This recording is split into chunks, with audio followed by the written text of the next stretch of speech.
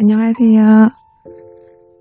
네, 오늘 이어서 계속 7번째 챕터 죄를 죽이기 위한 원리를 터득하라에서 이제 원리 첫 번째 들어갑니다.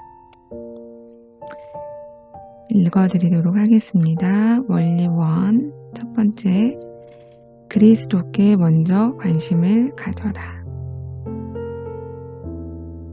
그리고 원리 2는 모든 영역에서 항상 순종하라 하는 건데요. 오늘은 원리 2를 읽어드리도록 하겠습니다. 죄를 죽이기 위한 첫 번째 원리는 죄를 이기고자 하는 사람은 그리스도에게 먼저 관심을 가져야 한다는 사실이다. 그런 관심이 없이는 절대 죄를 죽일 수 없다. 혹자는 이에 대해서 이렇게 반문할지 모른다. 그렇다면 중생하지 않은 사람들이 죄의 악함을 깨달을 때 어떻게 해야 하는가? 그들은 죄에 대항하여 싸우지 말고 계속 자신의 정욕에 좌우되어 방탕하게 살면서 세상에서 가장 사악한 사람으로 남아 있어야 하는가? 바로 이런 생각 때문에 그동안 이 세상이 혼란에 빠지고 모든 것이 암흑 속에 잠기며 정욕의 홍수가 밀물처럼 쏟아지게 된 것이 아닌가? 실로 이런 생각이 사람들의 고삐로 작용해서 마치 전쟁터에서 포화 속으로 달리는 말처럼 그들을 조정하고 그들로 하여금 쾌락과 욕심으로 죄짓도록 부추겨 왔던 것이 아닌가. 물론 방탕하게 사는 것은 하나님의 뜻이 아니다.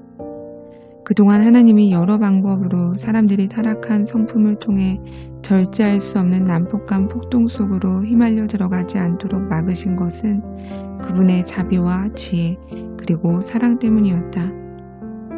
결국 하나님의 돌보심, 선하심 그리고 자비가 없었다면 이 세상은 죄와 혼돈의 지옥으로 이미 변해 있었을 것이다.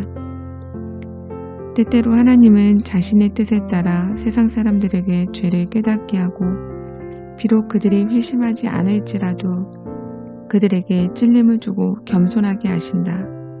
즉, 하나님의 말씀을 통해 회심까지는 아니지만 죄인들이 자신의 죄를 자각하도록 이끄시는 것이다. 그러므로 우리는 이런 하나님의 말씀을 전파할 의무가 있다. 그래서 죄인들이 자신의 정욕을 억제하고 죄를 이길 수는 없지만 죄에 대해 어느 정도 저항할 수 있도록 도와주어야 한다. 말씀과 성령의 사역은 그 자체는 좋은 것이지만 중생하지 않은 죄인들에게는 온전한 목적을 이룰 수 없다. 따라서 죄인들은 그런 말씀의 역사를 받을지라도 여전히 쓴뿌리를 갖고 어둠의 권세 아래에 있게 된다. 분명 죄를 죽이는 일은 죄인들의 의무이다. 하지만 이 의무는 올바른 선행 조건을 충족할 때만 수행될 수 있다.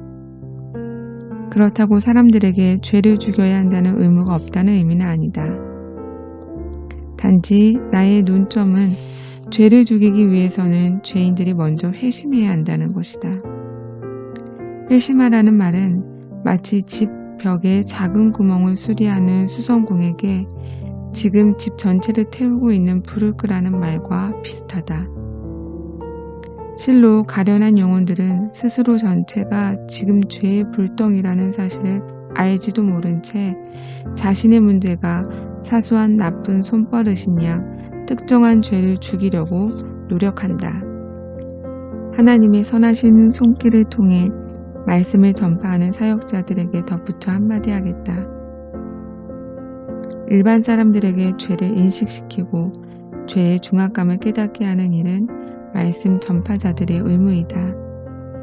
하지만 여기서 기억해야 할 점은 그런 일을 할 때 율법과 복음의 목적을 염두에 두어야 한다는 것이다. 즉 사역자들은 죄인들의 죄를 지적해서 그들이 처해 있는 근본적인 상태와 상황을 직시하도록 이끌어 주어야 한다. 그렇지 않으면 사역자들의 말을 듣고 오히려 사람들이 형식주의와 위선에 빠질 수 있다. 그렇게 되면 복음 전파의 진정한 목적은 수포로 돌아간다. 술 취한 사람을 정죄해서 그를 멀쩡한 형식주의자로 만드는 것은 결코 도움이 되지 않는다. 능력 있는 회중 설교자는 비수를 품고 중생하지 못하고 무지한 사람들에게 그들의 특정한 죄들을 지적한다. 물론 그 자체는 나쁜 일이 아니다. 하지만 그것이 효과적인 성공을 거둔다 할지라도 죄인들이 그런 정죄의 말을 듣고 스스로 죄를 죽이려고 노력한다면 이것은 마치 야전에 패배시킨 적을 난공불락의 요새 속으로 몰아넣어 거기서 안전하게 숨도록 만드는 꼴이 된다.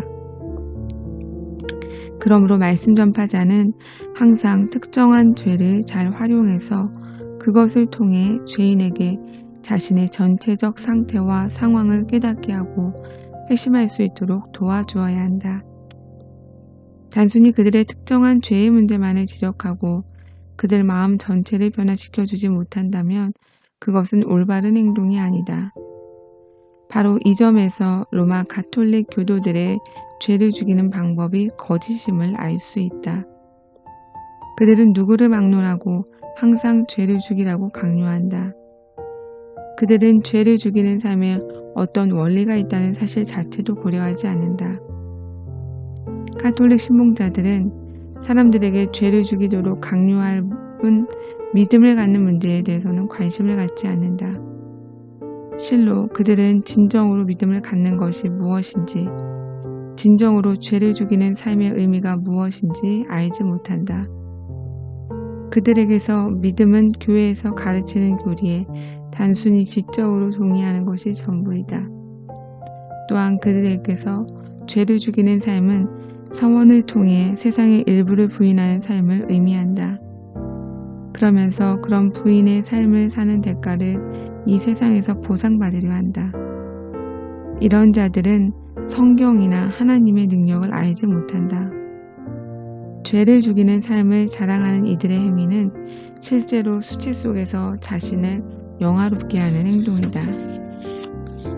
또한 개신교 안에도 궤변을 늘어놓는 사람들이 있다. 중생의 필요성을 무시하는 이들은 자신에게 죄와 정욕을 고백하기 위해 찾아온 사람에게 적어도 한 시즌 또는 한 달 동안 죄와 싸울 것을 맹세하라고 말한다. 이런 궤변가들은 처음 예수님을 찾아온 니고데모처럼 복음의 신비에 대해 거의 아는 것이 없다. 이들은 사람들에게 한동안 죄를 금하라고 명령하지만 이런 지침은 오히려 그들의 정욕만 더욱 타오르도록 부추긴다. 아마도 이런 명령에 사람들은 약속을 지킬 수도 있고 지키지 못할 수도 있다. 분명한 점은 그러면서 그들의 죄의식과 고통은 더욱 커져간다는 사실이다. 이런 상태에서 과연 그들의 죄가 죽었다고 말할 수 있겠는가? 그들이 진정으로 죄를 정복할 수 있겠는가? 죄를 포기하면 실로 그들의 상태는 바뀌는가? 그들은 여전히 죄의 고통 속에서 신음하고 있지 않은가? 마치 사람들에게 짚이 없어 벽돌을 만들게 하여 오히려 전보다 상황을 더 악화시키는 격은 아닌가? 거듭나지 않은 사람이 이런 일을 할 때 그는 어떤 약속과 도움을 받을 수 있는가? 그리스도의 죽음에 대한 진정한 관심 없이 죄를 죽인다는 것이 가능한 일인가? 또한 성령 없이 죄를 이길 수 있는가? 비록 이러한 지침을 따라 삶이 변화될지라도 물론 거의 변화되지 않지만 그 사람은 절대 자신의 마음과 상태를 바꿀 수는 없다. 결국 이런 궤변자들은 사람들을 그리스도인으로 만드는 것이 아니라 위선자 또는 자기 의를 세우는 자들로 만든다. 하나님에 대한 열심과 영원한 영적 싸움에 대한 의지는 있지만 앞에서 말한 그런 잘못된 지도자들의 지침 때문에 무거운 짐을 지고 진정으로 하나님을 섬기지도 못한 채 죄를 죽이기 위해 거짓된 노력을 하는 가련한 영혼들을 보면 나는 측은한 마음을 지을 수가 없다. 이들은 이 세상에서 사는 날 동안 그리스도의 의와 성령에 대해서 알지 못한다. 정말 이런 사람들이 너무나 많다. 예수 그리스도의 얼굴에 있는 그분의 영광의 지식이 이들의 마음에 비친다면 그들은 현재 자신이 행하는 방식의 어리석음을 즉시 깨닫게 될 것이다. 네, 오늘은 여기까지입니다. 평안한 밤 되세요.